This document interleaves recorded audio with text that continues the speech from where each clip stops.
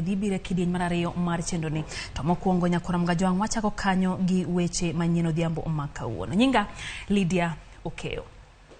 Report mar obila oyango tho mar ng'at achiel e kaunti ma Kisumu kaluwore gi ng'anyo mar Azimio la Umoja One Kenya Alliance manyobagi e pachoka.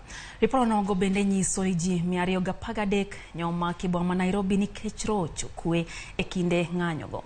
Tendo obila bende lero ni obila moko noyudo hinyruok kendo e rakruok mane gibedogo gi jopiny. En ote ma ogol gi ogai mar obila ma pachoka Japheth Koome.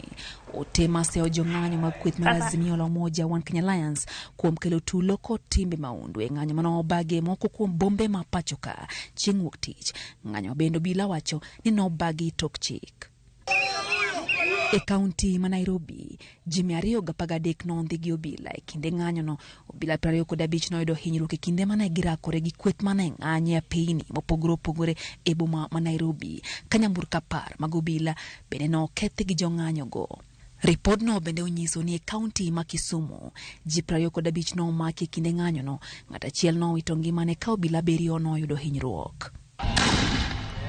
Obila oramo ni kweth mane ng'anye manochako tulo eka obila nochako rakore kodgi.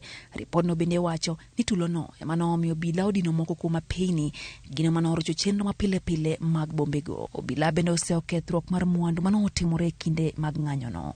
E ote onogono, obila wacho ni ageta mar ng'anyono ne en mar monjo kadak maduong' ma jatend piny Kenya, to ok mano mar sundo piny owacho mondo mi oduok piny nengo ngima kaka kweth mar Azimio la Umoja One Kenya Alliance ne lieko. E kinde makoro kweth mar Azimio la Umoja One Kenya Alliance singo bago ng'anyono wuok tich ka wuok tich, ogai mar obila bende koro singo chung' motegno mar rito mwandu jo Kenya kendo neno ni jogo mang'anyo koro chora tich oganda mamoko.